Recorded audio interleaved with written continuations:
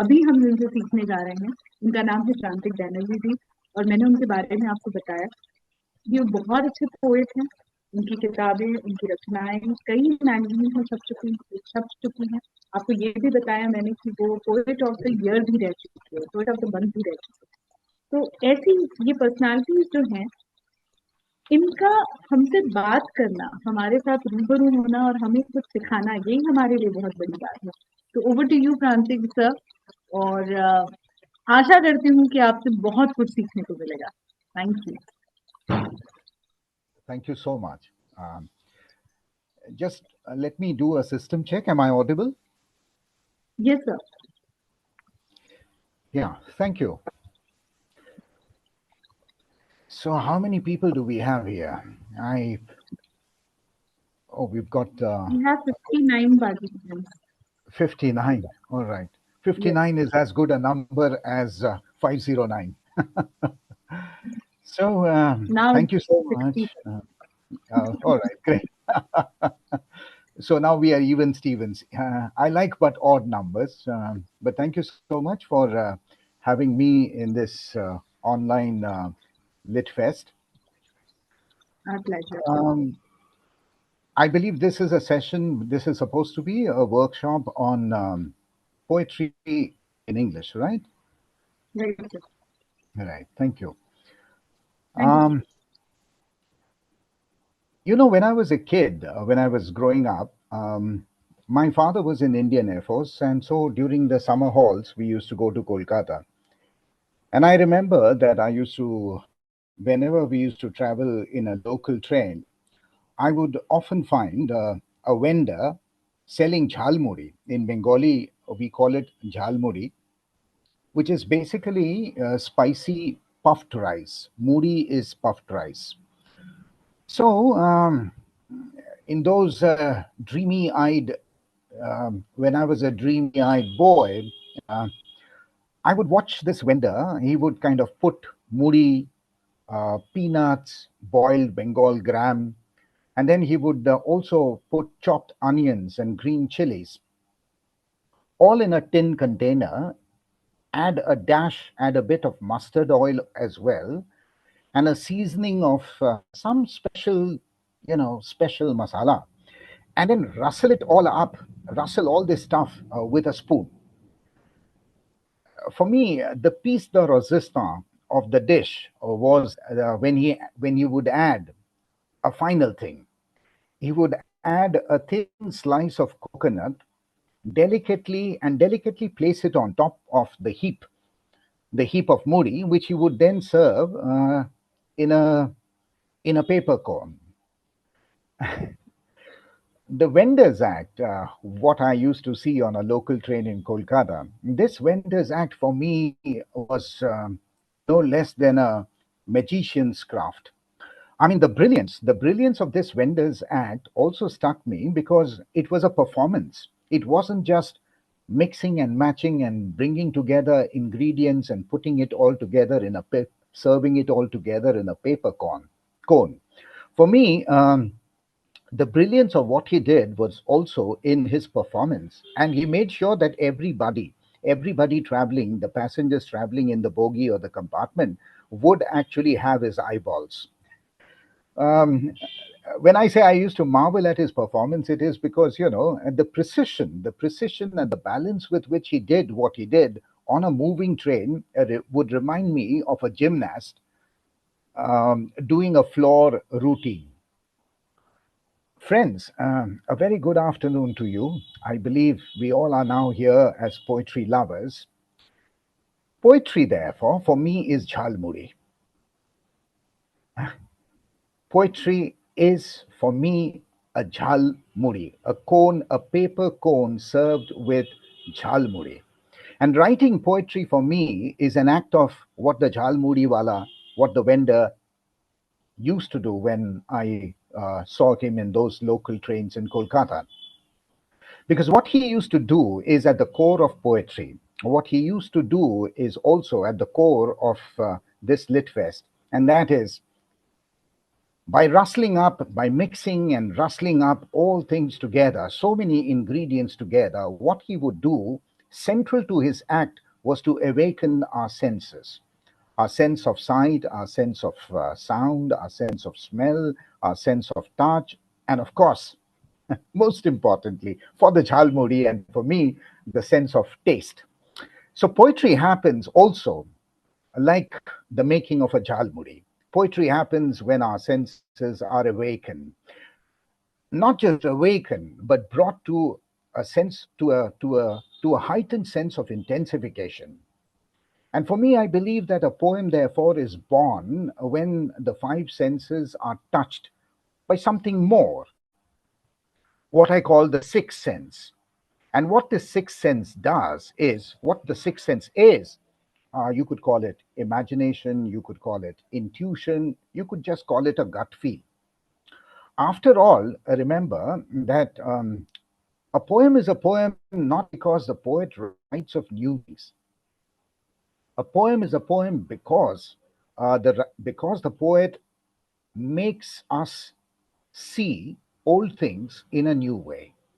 And therefore, poetry to me, it appears to me, is not just an alchemy. It is an alchemy, but it is an alchemy not only of five senses, but something more.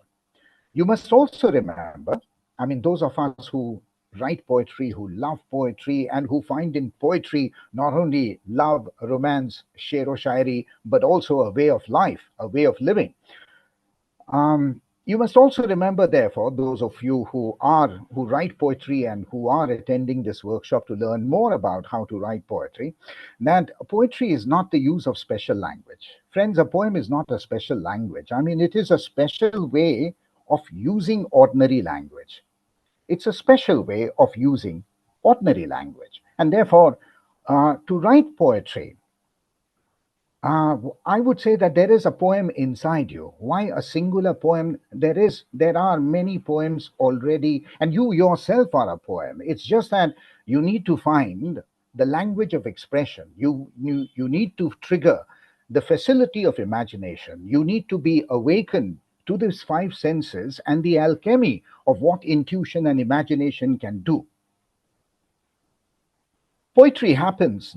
Poetry may be an extraordinary, many of you might feel that poetry is an extraordinary form of language, or it's an extraordinary form of literary expression. It isn't, friends. There is no mystery and magic in poetry. The mystery and magic of poetry is to combine, is to see, as I said, the newness in old things and to use familiar language, ordinary language, in extraordinary or unfamiliar ways. So,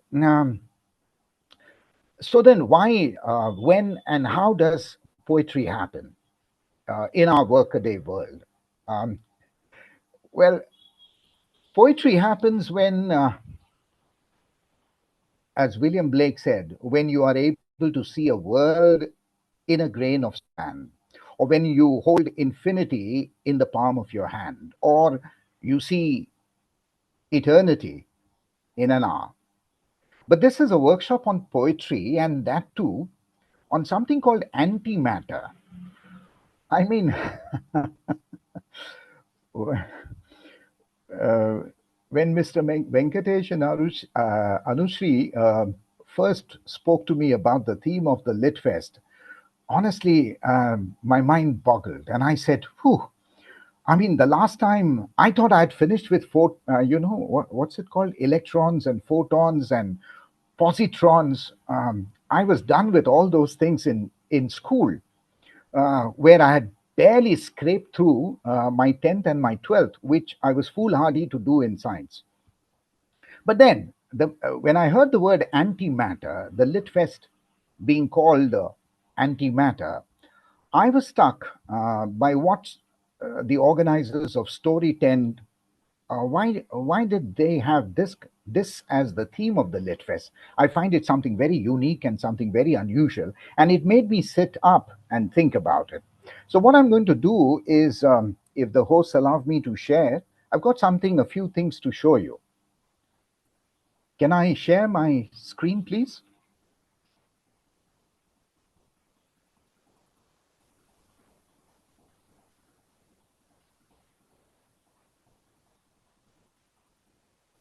Hello.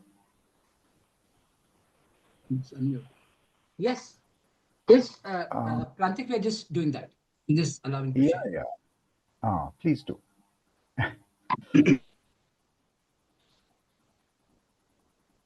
So let's take a deep breath and hope uh, Yeah, this. Prantik, you can share the screen. You can share the screen.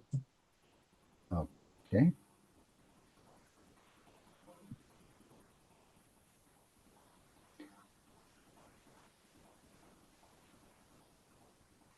No, I'm not able to share my screen.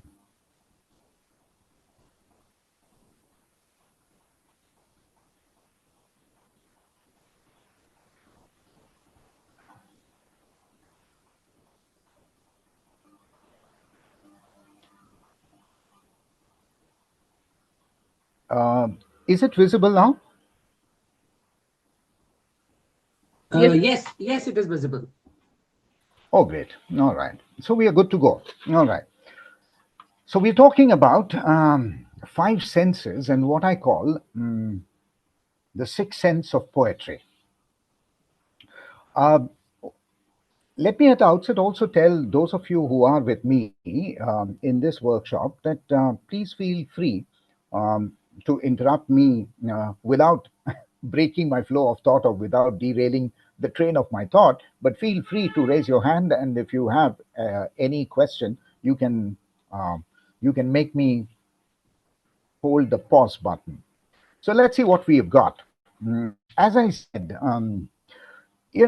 poetry for me is an alchemy. And what really happens? Why, when, and how does poetry happen?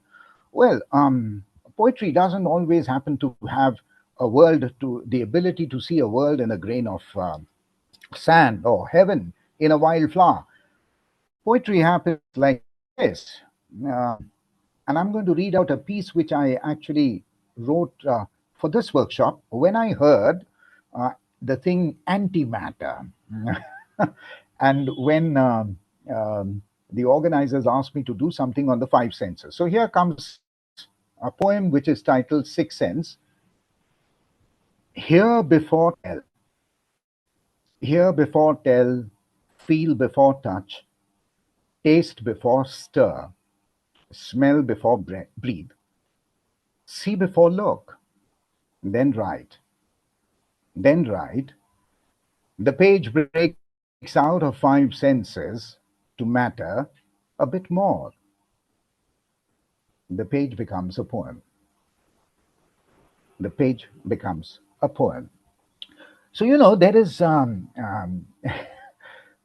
this thing about is poetry matter or antimatter? I mean, you could ask it in this way: is it matter or antimatter? Or for that matter, is writing itself matter or antimatter? Um, there is a poem by Harley White which is titled Antimatter Chitter Chatter. And the whole poem is a response to his own question, what are we, or why are we matter and not antimatter? Or are we the latter and think we are not? I mean, it's an extremely funny poem, which basically answers that question, are we matter or antimatter, to suggest that really we are a bit of both. We are both matter. We are both matter as well as antimatter. And the difference between matter and antimatter would be much like um, what Lewis Carroll said in Alice in Wonderland, between Tweedledum and Tweedledee. So I also believe that poetry is an alchemy of matter and antimatter, because writing, after all, is it begins with a chemical locha. Writing begins with a chemical locha. Unless there is a locha, there is no poetry. Because a poem takes shape, friends, when elements with opposite charges are brought together. A poem happens when things that have an opposite charge come together. And that is all that I can remember from the chemistry class that I had forgotten so many decades back. So you could say that poetry matters because it often deals with antimatter. And so in a fashion, to put this together, matter and antimatter, the matter and antimatter together is what you see on your screen as the sixth sense, which once again says hear before tell, feel before touch, taste before stir, smell before breathe, see before look, then write. And the page breaks out of five senses to matter a bit more, and the page becomes a poem. So let me trigger something. Let me start you on this. Let's see if I have the attention of all your five senses. You know, in workshops, in offline workshops, this is an exercise that I begin with, and it is basically what I said earlier, that the language of poetry is not a special language. It is how you do special things to some things that are known, commonplace, ordinary, or call them a cliche. The most commonest cliches in the English language are what you would call idioms or phrasal verbs, isn't it? I do want you to look at the list of popular phrases or even idioms that I've put on the slide. Can you see that? The first one, it says smells fishy.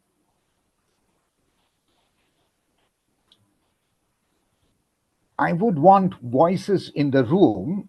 Otherwise, I can hear my own voice ghosting me. So we can see. Right. What I wish to do, friends, what I wish from you to do is take that word, take that thing that we often say, something smells fishy. Okay? Can you give it a spin? Can you give a spin to it? Something that is not only different, oddball, unusual to a very, very commonplace phrase, smells fishy. I'll give you an example. What do I mean by that? Let me get you started by something that came to my mind when I looked at, when I was preparing this exercise and I came upon this word, smells fishy. Smells fishy? Here's out. Smells fishy. A fish drowns in my gullet. Smells fishy? The fins color the water red. The fins color the water red. Smells fishy? A pair of trunks floats on the pool. A pair of trunks floats on the pool.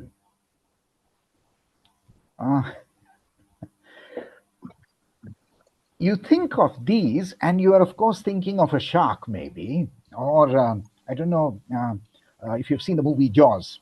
So, something that smells fishy reminded me of something that, like fins that color the water red, or a pair of trunks that float on the pool. Or if you want to take this common thing and turn it into something not only uncommon but also funny, it reminded me of a line. I mean, the line came to me saying, "Smells fishy? Well, nothing moves in the aquarium but a cat's whiskers." Smells fishy? Nothing moves in the aquarium but the cat's whiskers. Ooh. Can you do something with the next one? The apple of someone's eye, or touch wood, or hear a pin drop. Will somebody like to attempt? I have for this set, sir. On smells fishy, I have written something. She talks to me in a soft voice. Smells fishy.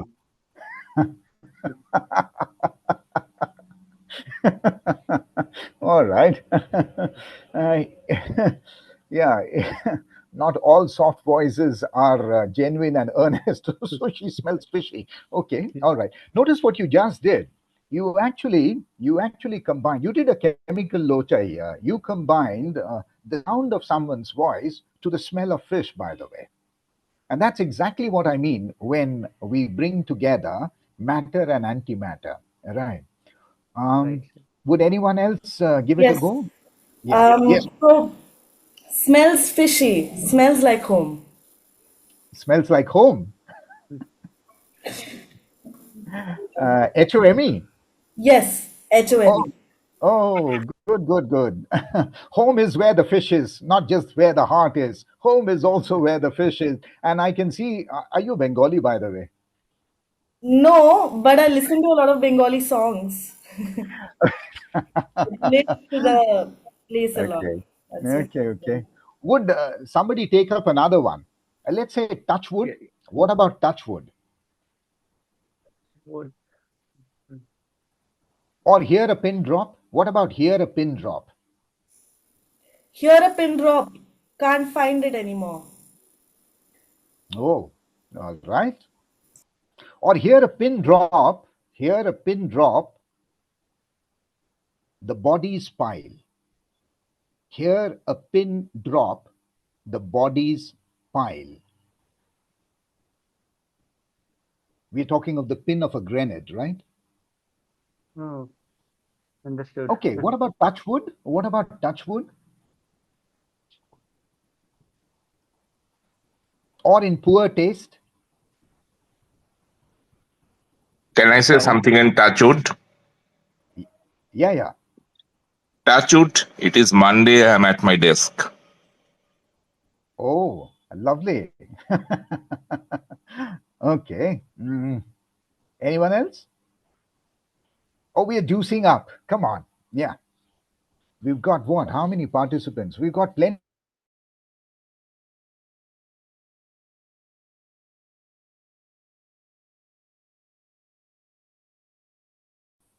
If you want me to hear a pin drop, why do you call it pin drop silence? Is that what you said to a teacher in the class? No, I never did, but I think I should have. All right. Okay. That's lovely. I can try Yeah. something on touch wood as well, if that's Yes, please.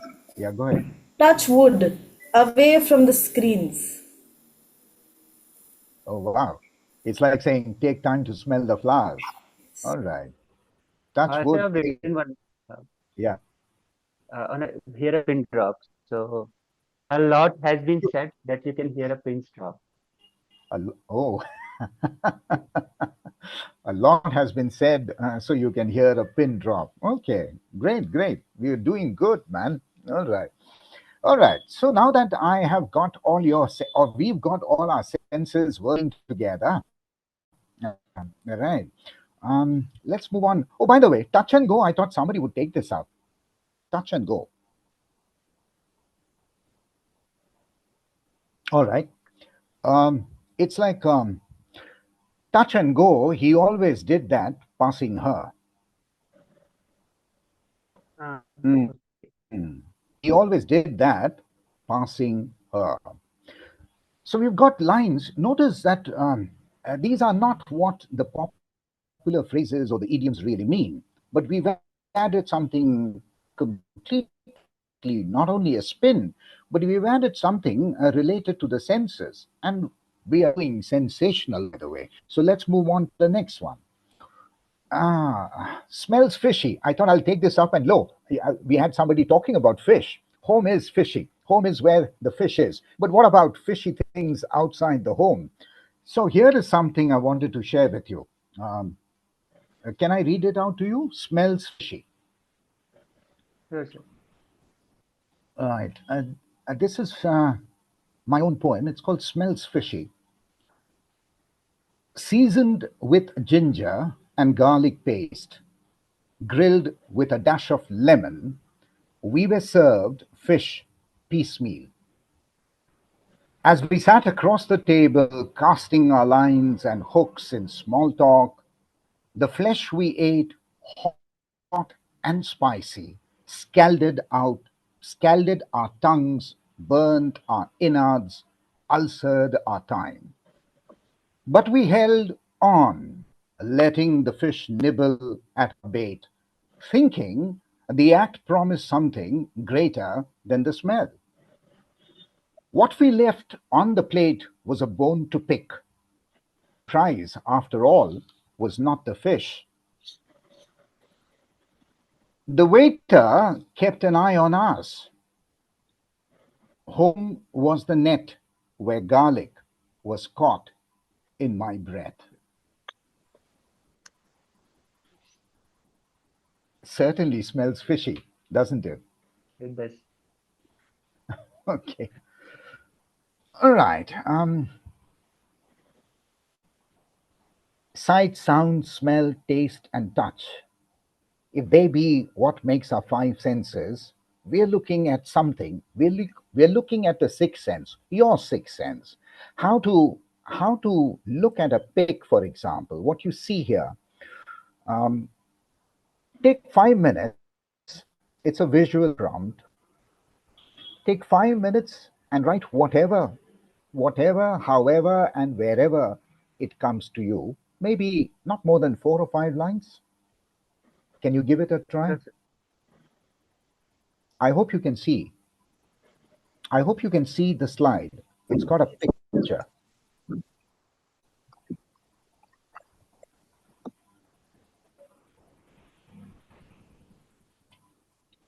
So I've got my timer on. I give you 5 minutes, and then you could probably tell me your responses. So I've written actually. Just okay. Are you quick gun Murugan? You quick on the draw, but just hang on a minute. Yes, sir.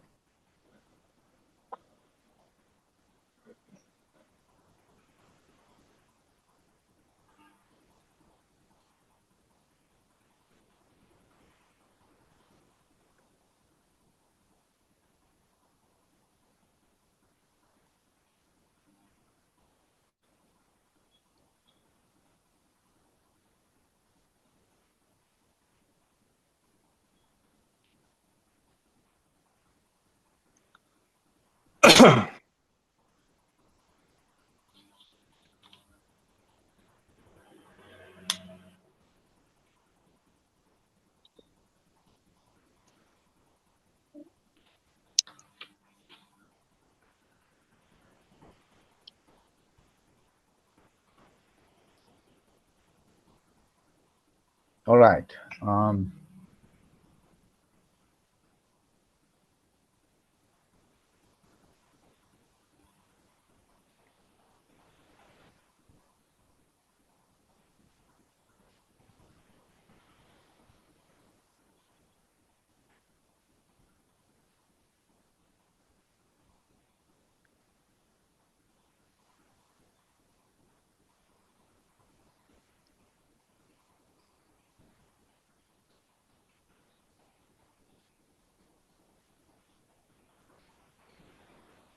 So meanwhile, while the people are writing, can you ask me one question? Yeah. So when we are writing in Hindi, like when I write a ghazal, so there are certain meters, and we cannot go out of the meters. Of course, there are exceptions, but mostly, if it's a meter of 1 2 2 1 2 2 1 2 2 1 2 2, we cannot go out of it. So in English, like I've seen, there are many poems in which they are using Trochee meter. With that, they are using iambic meters. So is it permitted? Yeah. You can write a poem in the traditional forms, in the form of, let's say, a sonnet, but you can also write something in free verse. Um, Look, ultimately, the form of a poem is not a mechanical thing that you impose in order to give shape to the poem. Mhm. There is a kind of an organic and natural, there ought to be an organic and natural relationship between the form and the shape that you wish to give your poem and what you invest in the poem in terms of emotions, feelings, or ideas. A poet does not first put out his thoughts and emotions on the page and then say, you know what, I think I'm going to structure it. I'm going to break it down into the form of a sonnet, or I'm going to distill whatever I want to say in the form of, in a Japanese form, let's say the haiku. Right. There must be, as I said, not a mechanical or a decorative idea or a decorative impetus to make the shape and the form on the structure of the poem fit the emotions and ideas. Free verse, much of modern poetry, if you ask me, is in free verse. But then to learn the serious craft of poetry. You have to test yourself in writing using traditional meters, what you said. Whether it is in the form, whether it is even in the form of writing a sonnet of 14 lines, or breaking down your stanzas, the forms of your stanzas, into, let's say, quatrains, that is a stanza of 4 lines, or even a couplet. So there must be an organic, as I said, an organic and natural relationship between form and content. So can we have a few responses?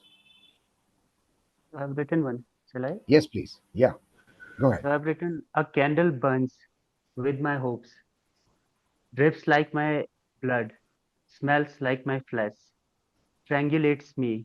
A candle burns like my love. All right. Okay.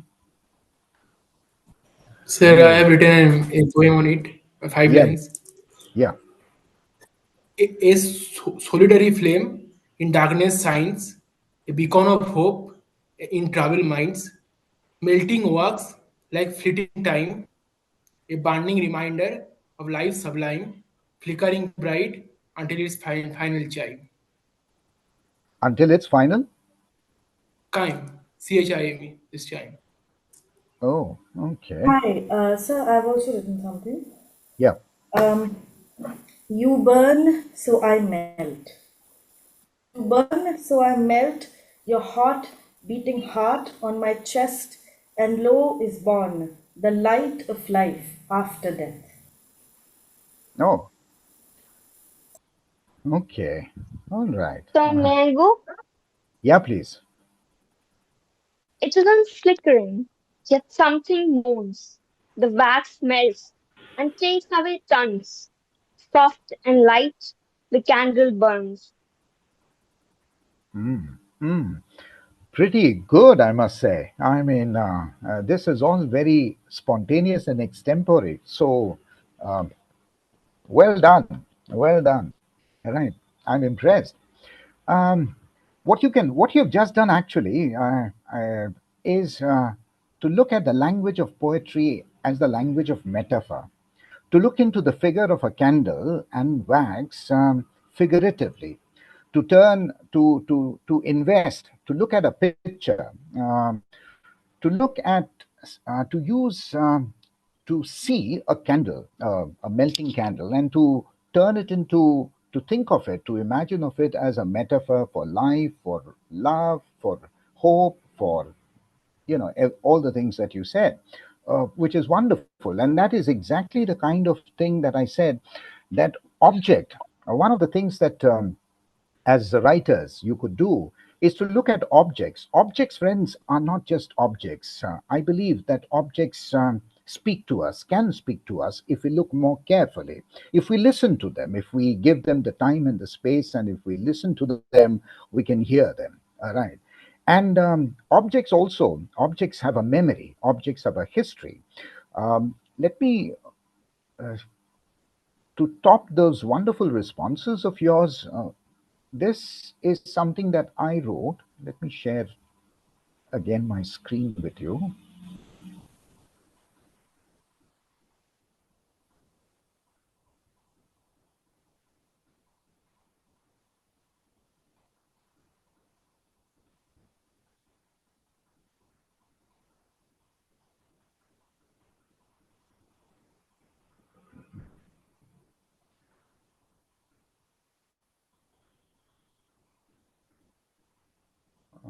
I'm not able to share my screen again. There you are. I think just keep, yeah. Is my screen visible now? Yes, sir. Yes. Okay.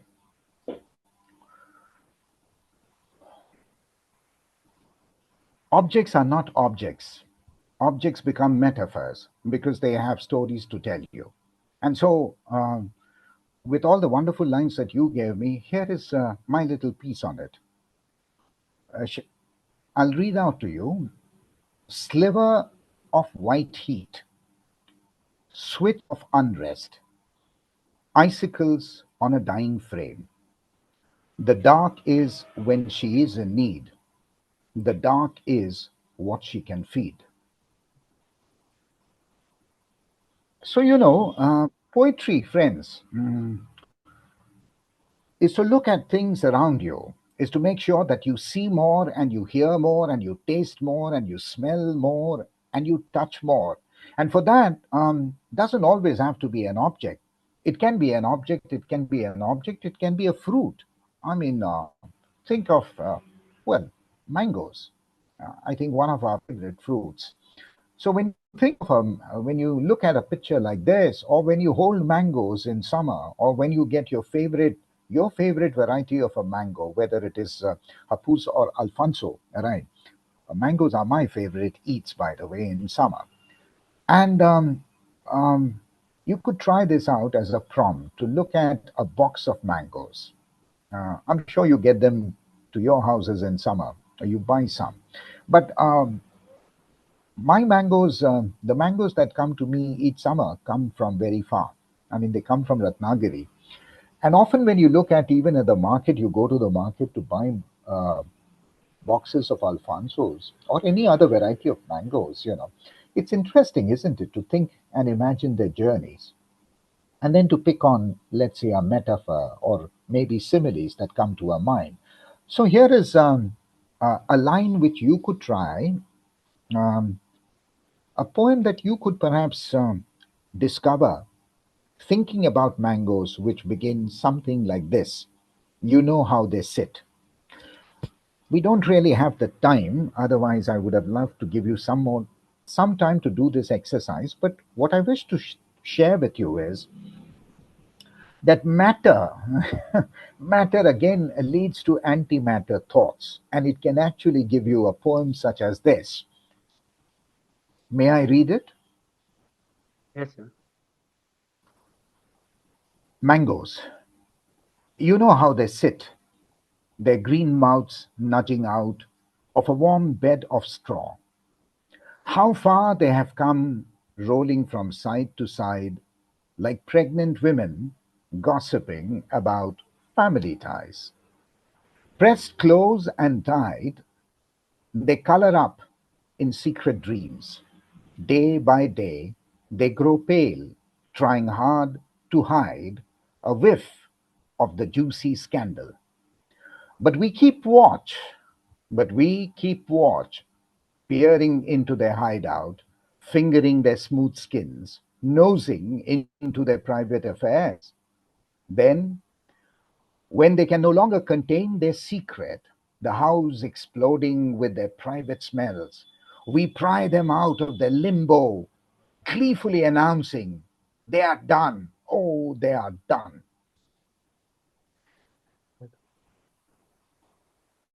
Very nice. The, the sense of mangoes, if I can call it that, lies in its smell, its scent before its first bite, or before we bite. And only those of you who have a box of mangoes, ripening mangoes in your house, would remember how day after day the house suddenly is filled with this absolutely inviting, alluring aroma of ripening mangoes, isn't it? And how we check each day which are the best to be cut, to be sliced, and and to be eaten. If there was one poet of the five senses and something more, I would recommend to you Pablo Neruda, who is also one of my favorite poets. And in particular, you may make a note of it. I'm not going to read out; it's going to take time. It's called Love's. It's called Love Sonnet 11, and this is a poem that I chose for you to show you when you read it on your own in two ways. Read it aloud, by the way, and then read it silently. In fact, I would go on to encourage you to take a printout and then look at the lines more than the pixels, to look at the lines. And it says, to me, it has all the five senses and something more. It's a beautiful alchemy of what a poem ought to be. because it moves and combines, compels and dispels at the same time, senses that move from that of smell to taste, from taste to touch, and what have you. And here are here is an example of to the earlier question that how do we choose a form to what we want to write? You don't choose a form, the form chooses what you wish to write. And this is a marvelous way. This is a marvelous sonnet. It's written in 14 lines, right? And you could do something like that. Friends, to choose and write a poem in the traditional form is also to discipline and train yourself for more serious kind of poetry. The craft of poetry lies in the art of both mastering the traditional form and also, I say, outsmarting the traditional form. By that I mean breaking through the traditional form. So you can choose to write a poem, your poem, in a sonnet, but also break, break its flow, break its rhythm, break its stanza structure, give it a surprise. Give the poem a surprise, give the sonnet a surprise by doing something unusual. I thought I would read out another piece of mine, which again is about five senses, but in a very, very different way. I mean, even before, can you see the slide which has the hunt? I can see. So, what perhaps you would have noticed is the unusual form. It hardly looks like a poem. In fact, it seems this is a poem that has done jailbreak. It's a poem that doesn't really, that is formless. It looks more like prose. And you have, therefore, you have to have, therefore, to be doing things that are out of box, to be writing, yes, in the traditional forms of English poetry, an ode, a lyric, an elegy, a sonnet, but hey, also write in free verse, also write something that tests the limits of poetry, that blurs the boundaries between what we commonly think a poem should be or appear on a page of print and how we can break it. So here is the hunt. I said it's a poem I thought which would give you all five senses and something more. Your body is the animal that I am after. To stalk and hunt the deer of myth and romance, I become savage like. Carrying my sharp weapons, I tiptoe into the forest seeking your golden skin behind bush and bracken. I get down on my knees, search the ground for fresh tracks, sniff the air for the droppings of your heat, then follow your trail to the forest's edge. Just when my footfalls begin to lose their way, my eyes are greeted by you standing at the water's edge. There you are, there you stand, your skin quivering, your tail twitching. I hold my breath, not sure if what I behold is real. The moment hangs like a butcher's knife. I look into your eyes and see the heat of my loins melt into the soft folds of your resplendent coat. We are no longer adversaries in a game of hide and seek. The hunter and the hunted must both surrender to the pleasure of the hunt. What I wish to show to you here is not just the five senses and something more, but also to make known to you that poetry is performance. And even though you may choose to write something like this, which breaks breaks the form of a poem, you can still infuse it with the rhythm and the flow of poetry. Forget not just the figures of, not just figurative language, not just the similes and the metaphors, but also, as I say, uh, look at the sir sounds, for instance, or the her sounds, for instance, or the soft sibilance. And you will get, when you read it aloud, when you read it aloud, you will get a feeling of not only of how the sound of the poem, or prose poem if you choose to call it, the sound of a prose poem can actually add, it can echo, it can add, it can even dramatize what you are narrating in the poem through the voice. So when you write poetry, you got to be mindful that words are not just language, but more importantly, language itself is a bespoken language. That language is performance. And a poem, therefore, as Frost said, as Robert Frost once said, that a poem is words in performance. So don't just, write and fill the page with print. Read it aloud. Read it aloud. Make sure that you feel the syllables, whether the syllables spit out of your mouth or whether the syllables slip out of your tongue. There can a whole lot of difference in meaning and to narration and to the story can occur between how you shape your words. Do you want your poem to spit out words, or do you want your poem to slip out words? So what do you make of this? What short piece will you write on this? Maybe another 5 minutes as a quick write. Sure.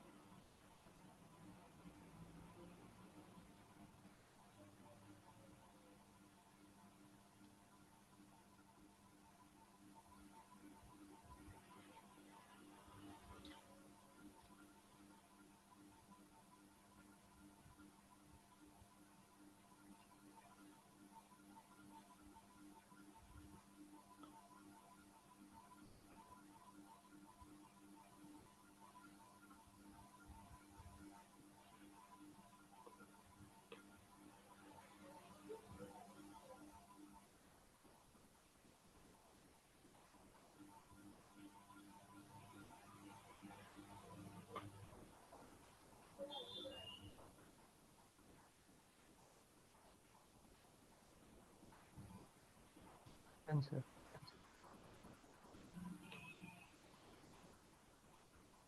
So, how are we doing? Um, does it trigger something? Does it set off something? Yes, sir, I have written a 5 line poem on it. Yeah, please So go I've ahead. done. It's, a lone climber on the hill's steep face reaches the summit in a sacred space. The sun peeks through in a golden glow, illuminating all as the clouds below. In this fleeting moment, his spirit takes flight. In this flitting moment, he. His spirit takes flight. Okay, all right, all right. Yeah, Um, I have also written something, yeah. but before I say what I've written, uh, to me the image looked like someone is taking a selfie because that's what that's what I could see. This is what Yeah, I go ahead. Yeah, yeah. So, did you? yes. Go ahead. Please read aloud. I climbed the mountains of myself diligently, planting each foot, creating phantom steps. But I'm blind to the skies beyond. All I see is myself. All I am is me. Okay, pretty good. Okay. Hmm. I've Did written, sir. somebody else? Yeah, yeah. Yeah, yeah, yeah. So I've tried to use some metaphors. Yeah, this is. I was feeling low today, so I went to the mountains. I am on high grounds now. I have broken every shackle, left everything behind that could have bound me with the bottomless world. I feel. I feel high now. Let's celebrate with oneself. Let's celebrate. With I could not get the right word myself or because we're Okay. taking a selfie. Good. Okay. All right. So So may I the go? yeah, please. Yeah, yeah. All ears. Come on. The barren, snow-laden peaks, the frosty, homing nights, the walking stopped traveler holding a ray of light. Yes, the mountain behind us is walking towards its peak. Mm. Okay. Oh, Can, fairly good. can I say Fairly good. something? Yeah, please. It's a lonely journey. I stop, pause, and look at myself. Mm-mm. Mm-hmm. All right. The thing about writing, any writing, not just writing poetry, but any kind of creative writing, that maybe in an hour's time or tomorrow when you go back to the lines that you have written, something else might crop up. And then, it takes a different turn. To start writing, to put that first line on the page or to put the cursor on the screen is to actually begin a journey that has no destination. I mean, that journey, like what you have taken this as a metaphor, the picture that I showed you, can often take unexpected turns. And sometimes, those of you who have been writing poetry for some time will also agree with me that sometimes a poem can also go beyond your control. And I don't mean merely, in a poetic way. You can, friends, writing is rewriting, and poetry is rewriting to the nth time. I mean, to keep on writing and revising and rewriting, but not in terms of chiseling and polishing a piece that you have written, whether of 4 lines or 40 lines, as if you want to turn it into a kind of a pearl necklace. No, not in that skin. It is when you revise and rewrite, and probably you're looking for that one word. You're looking for that one word, perhaps in the line or at the start of the stanza, which perhaps would capture or distill the thing that you had in mind, but couldn't get the word then, now. So poetry To write poetry is also to have the patience of a long distance runner. Poetry is not a 100 meter sprint. You need to have, it's not a Usain Bolt thing. Yes, there is slam poetry and there is flash fiction. Yeah, but I think those of you who want to take poetry seriously also need the stamina. Two things I say: the stamina, the patience, and the discipline and training. Four things that makes it of a long relationship with poetry. Therefore, I say that to a lot of my young friends, young participants in workshops, I tell them poetry is not a one night stand. Poetry is a lifelong romance. You can't ditch her, you can't bitch her once you own her. So let me share something. Since you said, one of you, who was it who said about selfie? Can I have your name? Yes, sir, I'm Simran. All right. So, Simran, this was also the same kind of thought I had when I looked at this picture. Just give me a minute. So meanwhile, I wanted to share that I also had the same thought, and I have mentioned that in my poetry as well about the selfie. Great, And great, great. Please share it. Please tell us. okay, can I go now? Yeah, yeah. Correct. Um, my feet wanted to feel the texture of the mountains, and they made me move mountains to climb the top of that mountain. My feet wanted to feel the texture of the mountains, and they made me move mountains to climb the top of that mountain. But once I reached there, my eyes got a surprise gift. I saw the clouds and the sky like I was not seeing it at all this while. My lungs were Tonic expanding as water, if this is the cigarette, first time they tea, felt so keep away. fresh. My fingers wanted to finish the clicking of this dreamy moment as soon as possible, and my tongue and teeth were dying to do their perfect dance to express this beauty.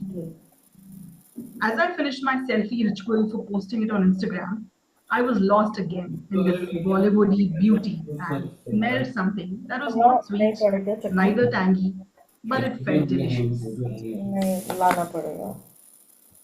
Oh, all right. That's pretty good. Okay. Yeah, just let me share again the screen.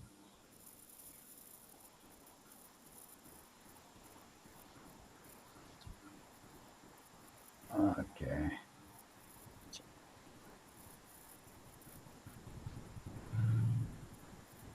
In the meanwhile, I mean, if you have anything in your head you want to ask me, please feel free. So regarding that meter only, so personally, I do not like to write in free verse. That's okay. It's not, So again, friend. It's not a question of like or dislike. It's not, meter cannot be your bugbear. You can't have a love and hate relationship with meter. Let me also tell you this. At the risk of repeating yeah, what I said earlier, it is what you write that chooses how you write, not the other way yeah. around. Okay. So okay, understood. So here goes.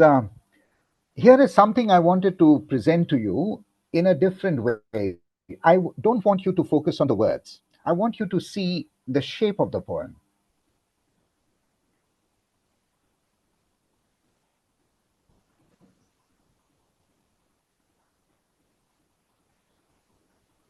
So I'm sure you got it. Uh, so it is a poem titled, I have titled it Selfie. I'm going to read out to you. Inch towards the edge, stranger. The spot will show you better. Come to me by the sheer drop to capture you. Dear you, take me by your hand. I shall be with you always and forever. Saved as a story worth telling all, the minute you fall and we part.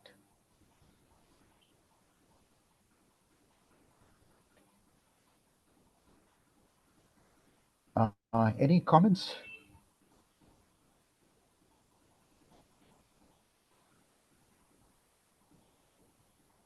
I want you to look at the shape of the poem as it appears on your slide, on your screen.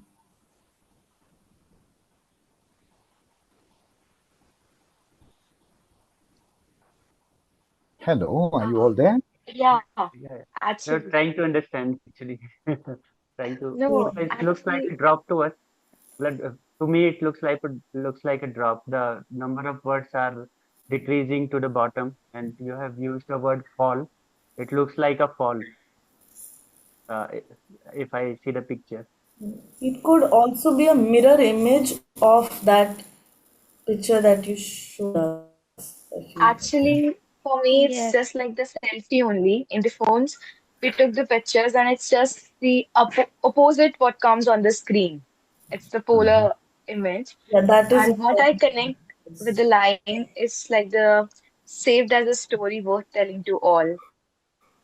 Because Okay. I took this selfie word in other meaning. It's just Uh-huh. for me, it's a phone memory. I wrote like this that one day Uh-huh. I'll step upon the peak with Mm. another selfie in my phone memory. It's just like the only Okay. phone memory, not the memory in my mind. Because we took so many selfies that are not so important to us. I felt Yeah. that. But with your words, it hit differently. So it took me time and I think a lot on this. Thank you. Uh, yeah. Yeah. Interesting what someone said. It seems like the inverted image. Also, yeah, it's like a precipice, right? This is what we call, friends, concrete poetry or shape poetry or pattern poetry. I mean, you can give to your poem the shape of its subject, and it's not a new thing. Many poets have done it down the ages. In fact, um, giving to a poem the shape of, let's say, a gun or a dove or a pigeon or a hunting knife, you name it. And that is to also alert you to the fact that a poem is not just about word, imagery, form, shape, texture, and structure. A poem also has non linguistic elements. A poem, just as earlier I had said, that a poem is meant to be performed, and in its performance, we make sense of its sound. In a similar way, a poem on a page uh, or on your screen also can show you, not tell, but show you something more that adds to the telling of it or to the writing of it. And this is what we call a visual or concrete or pattern poetry. Try this out next time, maybe with a thing in your mind, and especially if it is something like this, something as common as what we do all the time, selfie. And it's also it comes like a precautionary warning, isn't it? Um, I wish I could take this out like a leaflet and put it at all those points on top of a hill or by the side of a cliff to make sure that people read it and get alerted before they want to take that one selfie that could lead to something disastrous. Uh, okay. As I draw to the close of a few more things that I would wish to share with you. What is the sound of poetry? Well, the sound of pure poetry is not always the music of language. The sound of poetry can be um, a gut wrenching cry, it can be a heartwarming high, it can be many other things, or it can be something that can make you breathless, not over the beauty of the poem, but the poem itself as an act, as an act of labor, a poem that challenges you to put in the minimum of words the maximum of meanings, a poem that challenges you to write a poem on writing a poem. Here is something, a poem of mine that that came out in my first collection. It goes something like this. Whoops, I think I just give me a minute. I need to put the charger.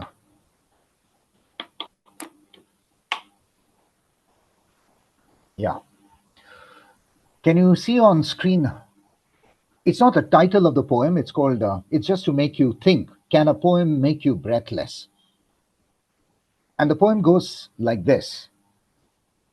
Words are asthmatic. Words are asthmatic. Pause and gasp on accents strong. Stop. Briefly. Gather breath. Clear of chesty syllables with commas, dash, and rest. Then spellbind the silverfish dream, biting wine. How violently the sputum full stops a sentenced thought. How violently the sputum full stops a sentenced thought. Some of the pieces that you try, you know, could be also to put in words the struggle of being a poet, or the art, the hard art of putting pen on paper, or trying to give to the words that you already have on the page a shape and a form. Friends, a poet is different from a poet taster. A poet taster is probably one who would write as a kind of amusement on a Sunday and then forget about it. But a poet is somebody who, as I said before, must have the strength, the stamina, and the fitness to go on a long, long journey with no predefined destinations. And a poem necessarily, once you have written the poem, again to repeat what I said, the skill of poetry or the craft of poetry is to believe that a poem does not necessarily end with your full stop on the page. A poem, when you revisit it, can appear to be a stranger, can appear to be strange in many ways. Let me put it in this way. And therefore, to shake hands with that stranger or that strange feeling, you need to work on that poem. I always believe that a poem is something that is always in the process of becoming and not being, if you know what I mean.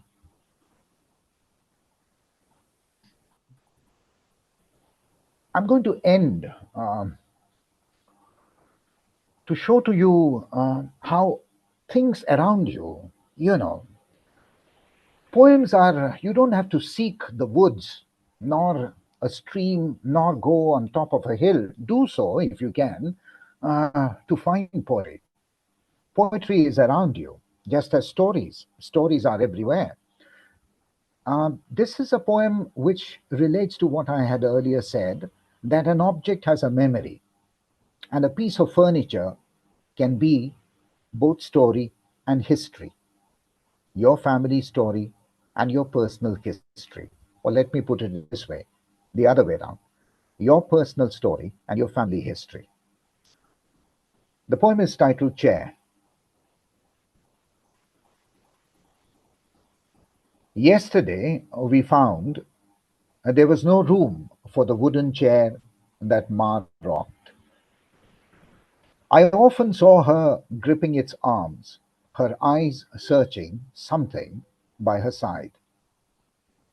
Every summer, we had the chair polished a walnut brown and the cushions covered with new floral prints. Ma loved watching TV, serials, and cookery shows. Before the smell and smoke of her kitchen became a thing of the past, her recipes written off. I don't quite remember when her days fell into nights and how she started dropping things. But I think it was around that time I lost my taste buds. And mother started rocking her chair. Yesterday, we moved the chair to the terrace. The pigeons now rock the chair. There is a delicate balance in poetry more than any other form of literature, where when you're writing about something that is extremely personal, private, and confessional, you have to maintain a certain balance. Like the kind of balance in that selfie picture where you are on the edge of a precipice and you don't keel over. It's a hard art and it takes years to master. To practice what? To practice, to turn your poem, to distance yourself from your poem, even when the poem is all about you, something about you. And so poetry is personal, poetry is private, poetry is confessional, but poetry that you wish to share and to be read by others cannot be an overindulgence of your own self. Poets and writers that way have one pitfall, and that is to become narcissists. You have to avoid that. You have to avoid, no matter how much the memory of a person, the loss of a near or dear one overwhelms you, even when you are writing about that experience. Poetry is catharsis, yes, but poetry is also restraint. Find the balance by writing more and more.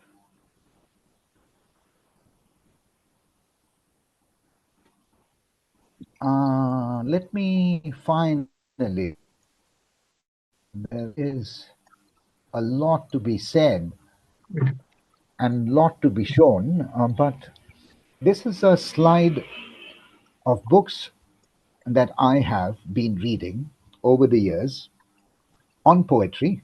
Poetry not just in English, poetry in translation. So I thought I'll share this with you.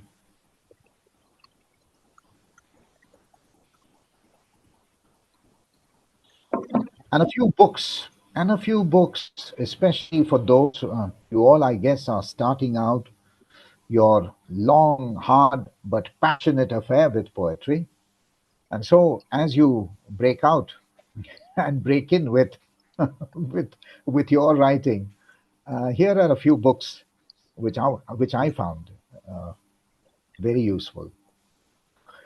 Friends, no matter how many workshops you do, there is also this thing that poetry is a discovery of yourself. Yes, workshops are helpful, workshops are useful, because after all, as a poet, reading out and sharing with you, it's a pleasure to share one's one's idea of what a poem is and how you should be writing. But at the same time, writing poetry is a very lonely and solitary exercise. You can reach out for help, you can reach out for tips, but at the end of the day, it's your work and it's you. So, some books, of course, like the ones that I have here for you, are things that you should read. And to write good poetry, you should be reading lots and lots of good poetry, especially mine. Uh, so, thank you. And I'll, if you have things to ask or things to comment and observe, please do so. So, which are the best books to learn the nuances of the poetry? Like there are certain things which comes to us, by inspiration or by experience, but there are also certain things that we can learn. So I'm asking that, like we read about the, figures of speech and these kind of things, but the nuances of the poetry from where we can learn, We especially said that for it won't sound. English poetry.